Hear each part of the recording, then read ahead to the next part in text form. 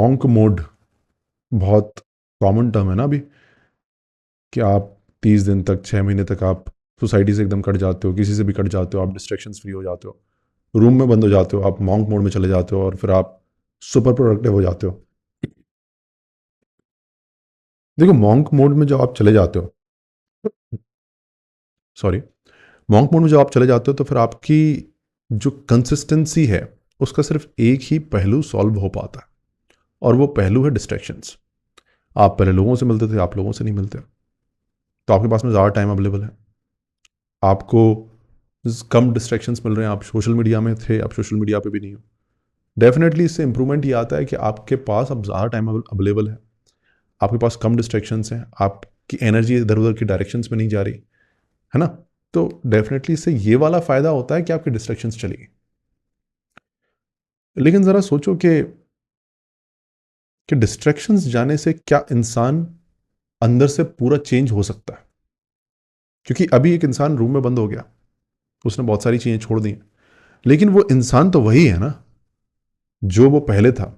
अब डिस्ट्रैक्शंस जाने से जितना फ़ायदा हो सकता है अगले 6 महीने तक हो जाएगा आपका, अगर आप ऐसे इंसान हो जो जिसको लोगों के जाने से फ़र्क नहीं पड़ता। तो बल्कि इसका इसका उल्टा भी हो सकता है कई लोगों के ऊपर, जैसे मेरा जैसा इंसान अगर मॉन्क मोड में चला गया 6 महीने के लिए, तो हो सकता है मैं और परेशान हो जाऊं, क्योंकि मुझे लोगों से मिलने को नहीं मिलेगा, या फिर मैं एकदम इस तरह के मोड में चला गया तो मुझे आ, मुझे this is not good for my mental state, for me personally.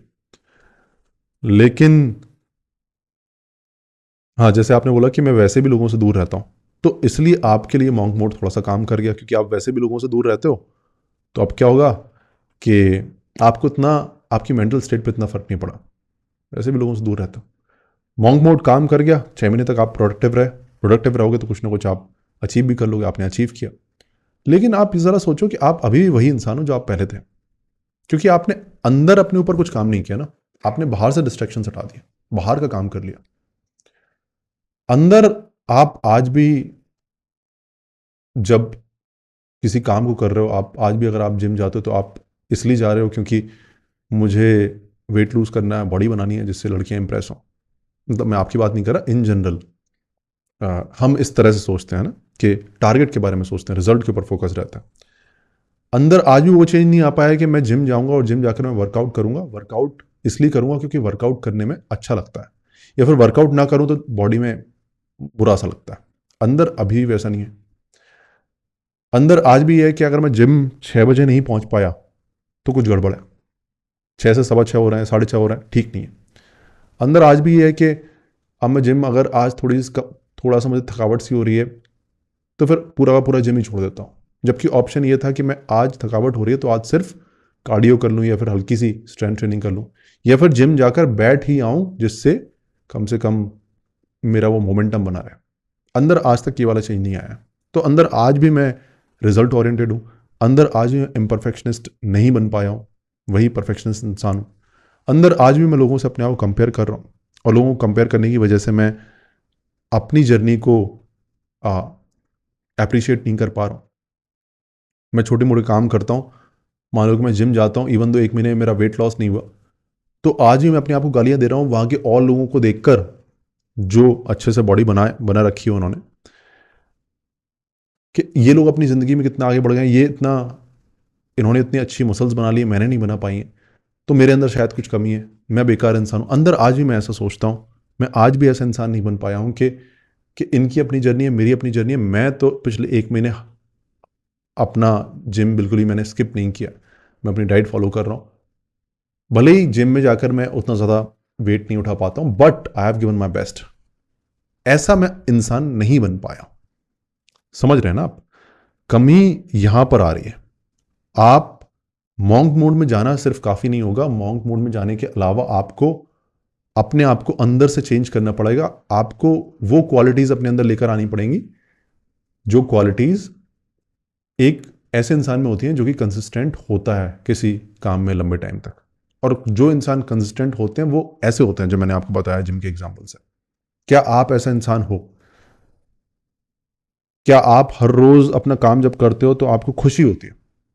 अगर वो खुशी नहीं हो रही है हर रोज़ अपने काम से, खुशी सिर्फ इस बात से हो रही है कि मैंने 1 घंटा अपना काम कर लिया तो अब मैं रिजल्ट के 1 कदम पास पहुंच गया हूं, सिर्फ इस बात से खुशी नहीं बल्कि इस बात से भी कि मैंने 1 घंटा अपना काम कर लिया तो कितना अच्छा सीखा है, मैंने कुछ नया सीखा है, कुछ एटलीस्ट अपना काम कंप्लीट किया है ना, I have given my best. इस बात से खुशी नहीं हो रही अगर आपको, तो मतलब आप जो कंसिस्टेंट इंसान, जो लोग कंसिस्टेंट होते हैं, आप वैसे नहीं हो अंदर से।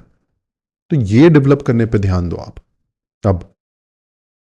ठीक है, हम लोग यहाँ पे क्या करते हैं थिंकिंग मशीन्स में, हम यही करते हैं अलग अलग ट्रेनिंग्स के थ्रू, इन लाइव कॉल्स के थ्रू, बार बार बार बार अपने आप को वही बातें याद दिलाकर, बार बार उसी की प्रैक्टिस करके हम वो इंसान अंदर से बनने की कोशिश कर रहे हैं। अगर मॉन्क मोड में जाना उतना सही होता, अगर वही सबका सॉल्यूशन होता, तो डिटॉक्सिफाइड माइंड पहला माइंड होता अपनी कम्युनिटी में, है ना। वो मैंने सबसे लास्ट में क्रिएट किया था। सबसे लास्ट में इसलिए क्रिएट किया क्योंकि मुझे पता है कि उसका जो रोल है, उसका रोल है बहुत ज़्यादा है, आज की एज में बहुत ज़्यादा है। लेकिन जिसके ये 3 माइंड्स 4 माइंड्स डेवलप्ड नहीं है शुरू वाले, उसके लिए डिटॉक्सिफाइड माइंड किसी काम का नहीं है। So now shift your focus on changing your self from with in. और जो भी मैंने क्वालिटीज बताई हैं किसी कंसिस्टेंट इंसान की, उन क्वालिटीज को डेवलप करने की कोशिश करो अपने अंदर। वो आपको जो हेल्प करेगा ना, फिर आप जब डिस्ट्रैक्शंस में होगे तब भी अपना काम कंप्लीट कर पाओगे। आदित्य सिंह सर, बट अभी मैं काफी डिस्ट्रैक्ट रहता हूं even while trying to appreciate my self and being focused on process. तो दोनों कंबाइन करो ना अब, दोनों कंबाइन करने की कोशिश करो। और जब आप ये बोल रहे हो ना कि मैं अपने आप को अप्रिशिएट करता हूँ, प्रोसेस के ऊपर भी फोकस रहता हूँ और उसके बाद भी मैं डिस्ट्रैक्ट हो रहा हूँ, समझने की कोशिश करो कि अभी भी आप हाफ वे हो प्रोसेस को प्यार करने में। प्रोसेस से जब लव डेवलप करते हैं ना, तो उसकी कोई कोई लिमिट नहीं होती। तो हो सकता है कि अभी आपने 20% करा है, 30% किया है।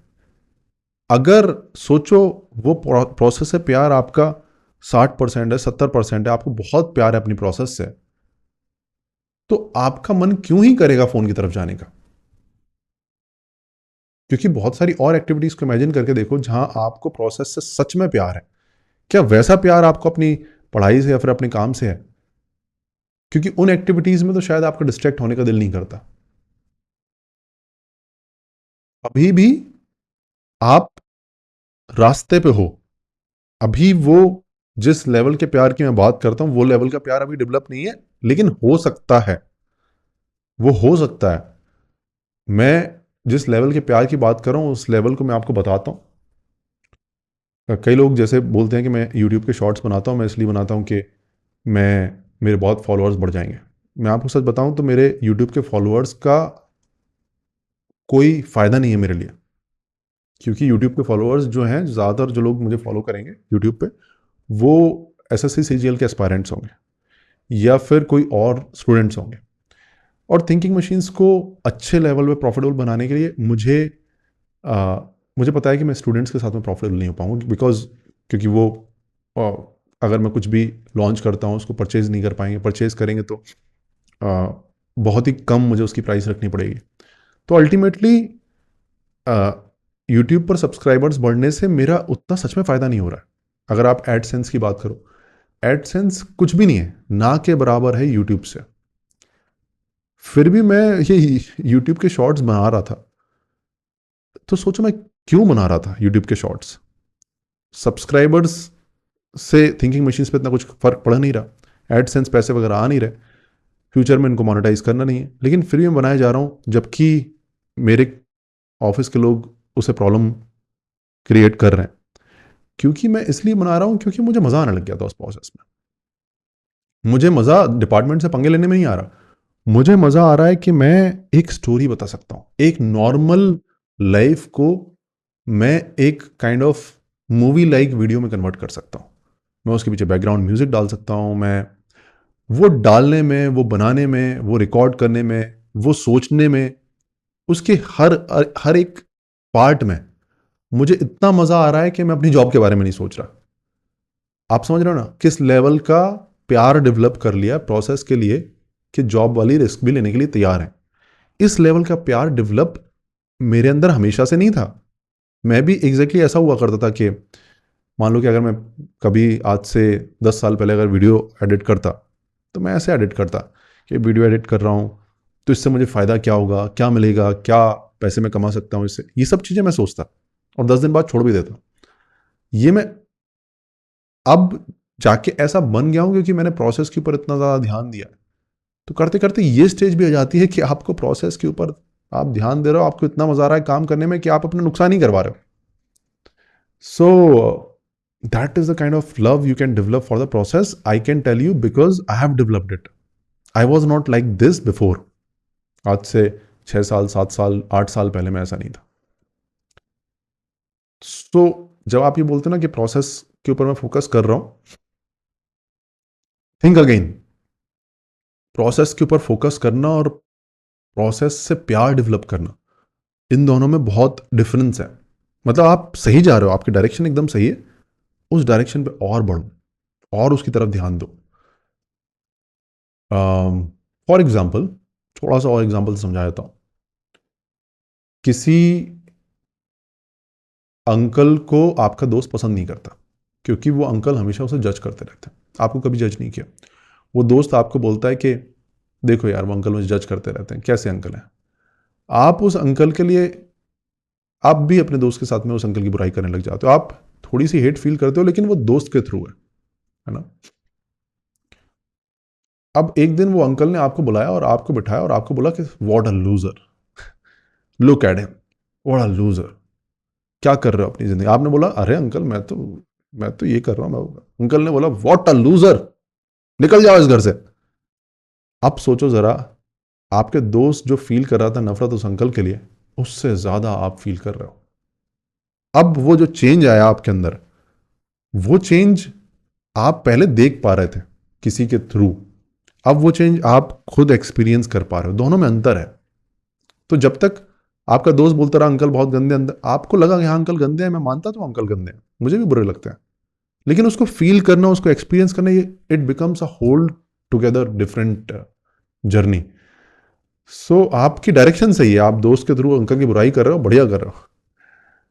लेकिन एक बार जाओ और अंकल के रूम में बैठ के अंकल से गालियां खा के आओ, तो फिर वो जो नफरत पैदा होगी वो फिर असली नफरत होगी। एग्जाम्पल के लिए बता रहा हूं, है ना। So this is, I hope I could explain you something. So process से प्यार अभी आप कर रहे हो, जब मैं आपको बता रहा हूं आप अपने प्रोसेस के ऊपर ध्यान देने की कोशिश कर रहे हो, उसको और करो और करो और उसमें और मिनी पावरफुल एक्शंस कंप्लीट करने की कोशिश करो। विद टाइम आप नोटिस करोगे सच में होने लग गया प्यार, सच में मजा आने लग गया, और फिर आपका डिस्ट्रैक्शंस की तरफ जाने का दिल नहीं करेगा।